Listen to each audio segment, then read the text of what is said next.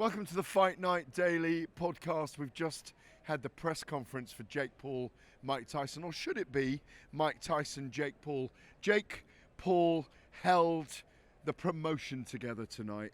He put bets on, he carried the stage. Mike Tyson, though, Spencer Oliver, embraced darkness and the sound of silence. He said about 12 words in the hour press conference. What do you make of that? Yeah, I thought he played the right card, if I'm honest, with Mike Tyson. We know what Jake Paul is. Mike Tyson recognises that he can't compete with Jake on that side of things, on self-promotion, the way that he talks. Mike Tyson is a man of few words. And Jake Paul's got no children, so he couldn't say, I'm going to eat your children. That era's gone, isn't it? That era's gone from Mike Tyson a long time ago. And I think what we saw there was Mike Tyson being silent and saying, listen, let's get it on. Let's see what happens in the ring. Jake Paul was doing a good job of trying to promote. He went round actually and bet with all the fighters on the undercard. He asked each and every one of them, because I think the score was 8-3, is that right? 8-3 in favour of Mike Tyson, the undercard fighters. It's heart picking more Mike than Tyson. head, though, as well, I think. Of course it is. Or is it head more than heart? I mean, a lot of fighters would think that, if I'm totally honest. I think if you had to put your money somewhere, where would you go? Mike Tyson. My money is on a points decision for Jake Paul, but my heart is utterly with Mike Tyson. He's an extraordinary man. He's had an extraordinary life.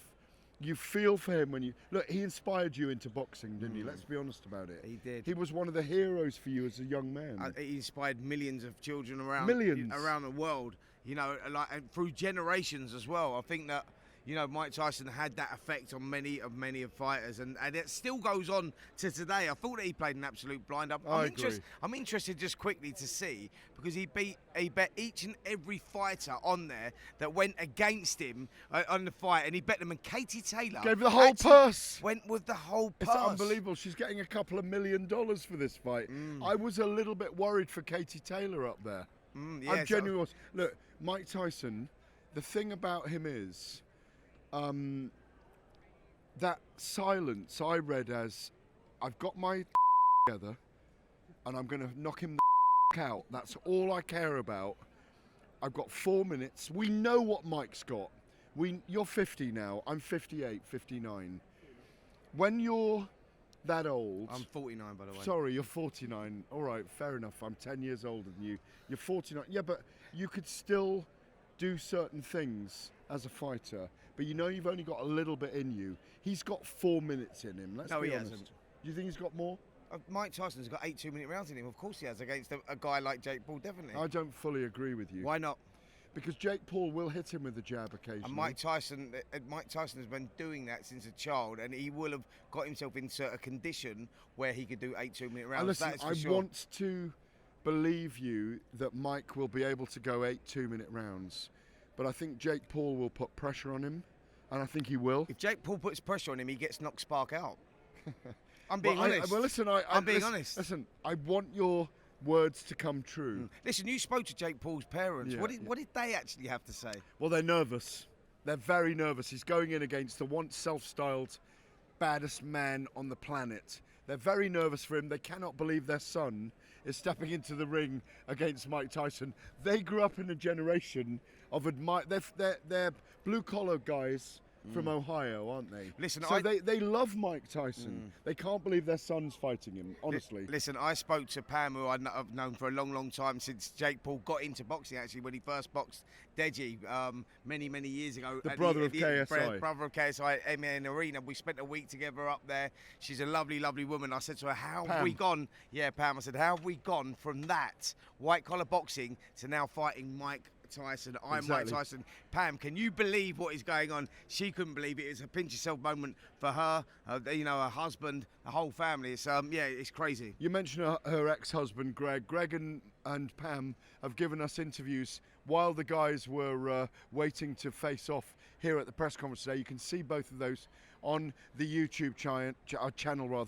There's a giant joining us now. He's going to be doing all the announcing tomorrow. He's going to sit down. He's a giant. But because of Spencer, he's going to sit on the rail. Yes, and me. Mo, 6'9" as he is. 6'7". All right, 6'7". All right, 6'7", 6'8", 6'9". You're going to be announcing them tomorrow night when they weigh in, or tomorrow evening. What do you make, first of all? We've got to talk about Mike Tyson. Yeah. Let's all sit down on the rail. Yeah, there's no point in me sitting down, mate. Why would I sit down? I want to stay in the shot. What's wrong with you? Stand up, Spencer. Come on, stand up. Tomorrow night, you're going to be announcing them. But what did you make of tonight and Mike Tyson's silence and Jake Paul carrying it? Just talk us through what you saw. I think Mike is ready. I think, we saw a similar demeanor. We did a lot of the fighter interviews with myself and the commentators, so I got a little bit taste of Mike, and he's just ready to fight. I asked him specifically if he wanted anything in his introduction. He goes, honestly, the shorter the introduction and the fight can start, the better. This dude is ready to fight. I've said it like this. Logic would tell you that Jake Paul is going to win. 30 years younger, he's fresher, he hasn't been hit as much. Logic would tell you that. The problem is logic is never applied to Mike Tyson. Ever. He's a freak. He's a freak. He was a freak his whole career. He's not just a freak. He was the baddest man on the planet many, many years ago, but he still continued for many years after, competing at a certain level that Jake Paul would only ever dream of getting to. But aren't we all dreaming of him rolling back the years? We are, and he's not going to roll back the years. When you go back 20 years and you see the shell of his former self against Kevin McBride when he cried at that press conference, said he will never ever do it again. Well, that guy, trust me, you're talking about levels here, man. 8 2-minute rounds. Trust me, Mike Tyson will be able to do 8 2-minute rounds because he has done the 3-minute rounds, and that last minute in that round. We don't know Spencer is the truth. We don't know. No. And that's you guys have summed up why this fight is so big. You have people that are saying if Jake Paul wins, it's fixed. You have a whole contingent of people that say that. Yeah. So a lot of people are looking at Jake as the favorite. A lot of people are saying Mike is the favorite. Hence why this is going to be the most watched fight probably in history when you just look at pure eyeballs. It's staggering. Mo, I want to ask you a question. What's your thoughts on the people that say, listen, forget that, this is going to be an exhibition, this is going to be choreographed, this is what it is, we don't believe what it is because we believe it's a real fight. I spoke to Roy Jones Jr. about it, and he said, listen, he knows Mike very, very well. He said, it is a real fight. Been in the ring with him, What is your thoughts? What's your thoughts on it? You've always heard about fights being choreographed. Number one, let's be clear, choreographing a fight is hard to do. It's not, you can't just get in there and script exactly how it's going to happen. So I've never bought into that narrative. I do not buy into it with this fight. These guys are ready to fight. Mike Tyson believes he can win. He knows that he is the baddest man. He knows he's the former lineal heavyweight champion, undisputed heavyweight champion, 50 wins, 44 knockouts, 22 in the first round. Jake's never been hit by a heavyweight before. Let's keep that in mind. Tommy Fury typically fights a cruiserweight. And with all due respect to Tommy Fury, he's not Mike Tyson. And they say the last thing you lose is your punch. And it's against the biggest puncher in history. And the thing is about Mike, we've talked about this during the week already on the podcast. He's so experienced. He's a brilliant boxer. He knows the history of the game. Listen, we've got to ask you, because we've been at many, many boxing events over many years. Is this a highlight for you to call this? I'm honored to be here. My career has gone really fast. I met you guys only a couple years ago. I did Shields Marshall. I've done Smith Eubank at the Manchester Arena. So I've done big shows before, but this is just, 280 million subscribers are on Netflix. In my time in boxing, I've seen this new broadcast battle going on. You see Sky, you see DAZN, you see ESPN, you see all these broadcasters coming into play. Well, guess what?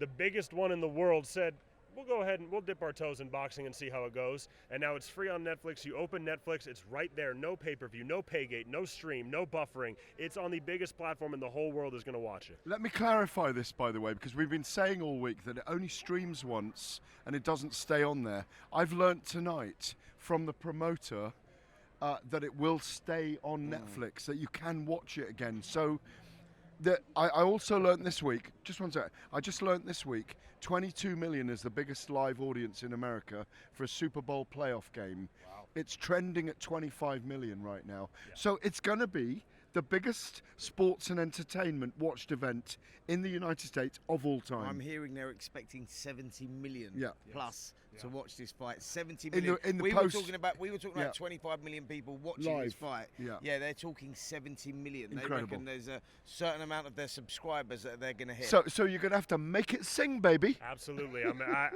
To be in front of that big of an audience, both live and on TV, is going to be an honor to introduce all the fighters that are on that card is an honor, whether it's Carrington in the opening fight, whether it's Taylor Serrano in the co-main. It's an amazingly stacked card. I think we're not even giving enough love to the card itself. Obviously, Mike and Jake are going to take up the breadth of the marketing and the promotion as they should.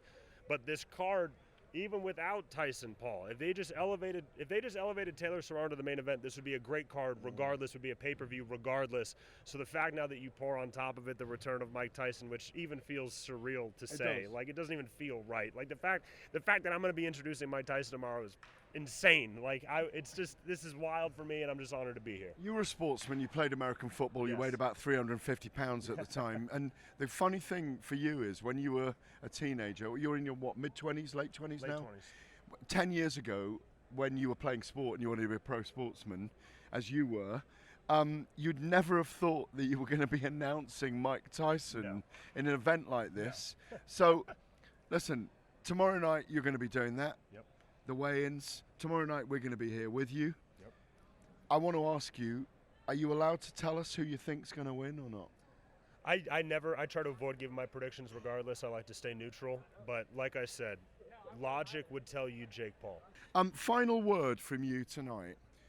It's so amazing to be at this. People say it's a circus, but it's so much fun, isn't it? Yeah, of course it is. I mean, look, it's great to be a part of it. Let's be honest. Mike Tyson, whoever thought that we would be reliving his career again, and that's exactly what we're doing there. So of course there's fun about it. It's a guy, a childhood hero of mine. I grew up, who inspired me to get into boxing. Now I'm there, and you know, I'm in the moment with him, up close with him. You know, we're spending time with him. It's an insane pinch yourself sort of moment. Are we going to see, finally, as we wrap, are we going to see Mike push and shove him and give him a little bit of a clip tomorrow night? No. I agree with you.